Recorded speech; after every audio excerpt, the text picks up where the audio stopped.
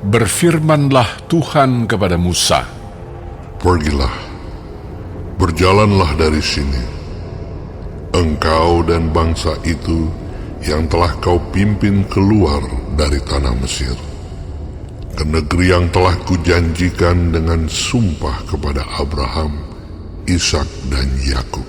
Demikian, kepada keturunanmu lah akan kuberikan negeri itu. Aku akan mengutus seorang malaikat berjalan di depanmu, dan akan menghalau orang Kanaan, orang Amori, orang Het, orang Feris, orang Hewi, dan orang Yebus, yakni ke suatu negeri yang berlimpah-limpah susu dan madu. Sebab aku tidak akan berjalan di tengah-tengahmu, karena engkau ini bangsa yang tegar tengkuk, supaya aku jangan membinasakan engkau di jalan."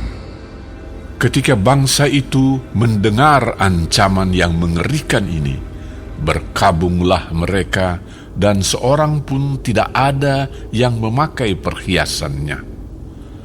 Berfirmanlah Tuhan kepada Musa, "Katakanlah kepada orang Israel, kamu ini bangsa yang tegar tengkuk. Jika aku berjalan di tengah-tengahmu sesaat pun, tentulah aku akan membinasakan kamu. Oleh sebab itu, tanggalkanlah perhiasanmu, maka aku akan melihat apa yang akan kulakukan kepadamu." Demikianlah orang Israel tidak memakai perhiasan-perhiasan lagi sejak dari gunung Horeb. Sesudah itu, Musa mengambil kemah dan membentangkannya di luar perkemahan, jauh dari perkemahan, dan menamainya kemah pertemuan. Setiap orang yang mencari Tuhan, keluarlah ia pergi ke kemah pertemuan yang di luar perkemahan. Apabila Musa keluar pergi ke kemah itu, bangunlah seluruh bangsa itu, dan berdirilah mereka masing-masing di pintu kemahnya, dan mereka mengikuti Musa dengan matanya sampai ia masuk ke dalam kemah. Apabila Musa masuk ke dalam kemah itu, turunlah tiang awan dan berhenti di pintu kemah, dan berbicaralah Tuhan dengan Musa di sana. Setelah seluruh bangsa itu melihat bahwa tiang awan berhenti di pintu kemah, maka mereka bangun dan sujud menyembah masing-masing di pintu kemahnya. Dan Tuhan berbicara kepada Musa dengan berhadapan muka seperti seorang berbicara kepada temannya. Kemudian kembalilah ia ke perkemahan, tetapi abdinya Yosua bin Nun, seorang yang masih muda, tidaklah meninggalkan kemah itu. Lalu berkatalah Musa kepada Tuhan, "Memang engkau berfirman kepadaku, suruhlah bangsa ini berangkat, tetapi engkau tidak memberitahukan kepadaku siapa yang akan kau utus bersama-sama dengan aku. Namun demikian engkau berfirman, aku mengenal namamu dan juga engkau mendapat kasih karunia di hadapanku. Maka sekarang, jika aku kiranya mendapat kasih karunia di hadapanmu, beritahukanlah kiranya jalanmu kepadaku, sehingga aku mengenal engkau, supaya aku tetap mendapat kasih karunia di hadapanmu. Ingatlah bahwa bangsa ini umatmu."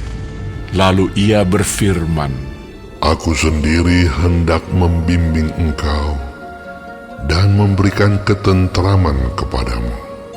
Berkatalah Musa kepadanya, "Jika engkau sendiri tidak membimbing kami, janganlah suruh kami berangkat dari sini. Dari manakah gerangan akan diketahui bahwa aku telah mendapat kasih karunia di hadapanmu, yakni aku dengan umatmu ini?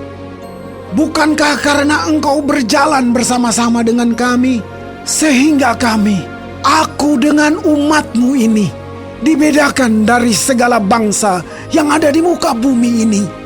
Berfirmanlah Tuhan kepada Musa, Juga hal yang telah kau katakan ini akan kulakukan, karena engkau telah mendapat kasih karunia di hadapanku, dan aku mengenal engkau. tetapi jawabnya, Perlihatkanlah kiranya kemuliaan-Mu kepadaku.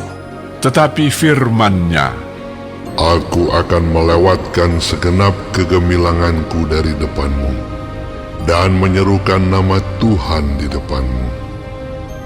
Aku akan memberi kasih karunia kepada siapa yang kuberi kasih karunia, dan mengasihani siapa yang kukasihani.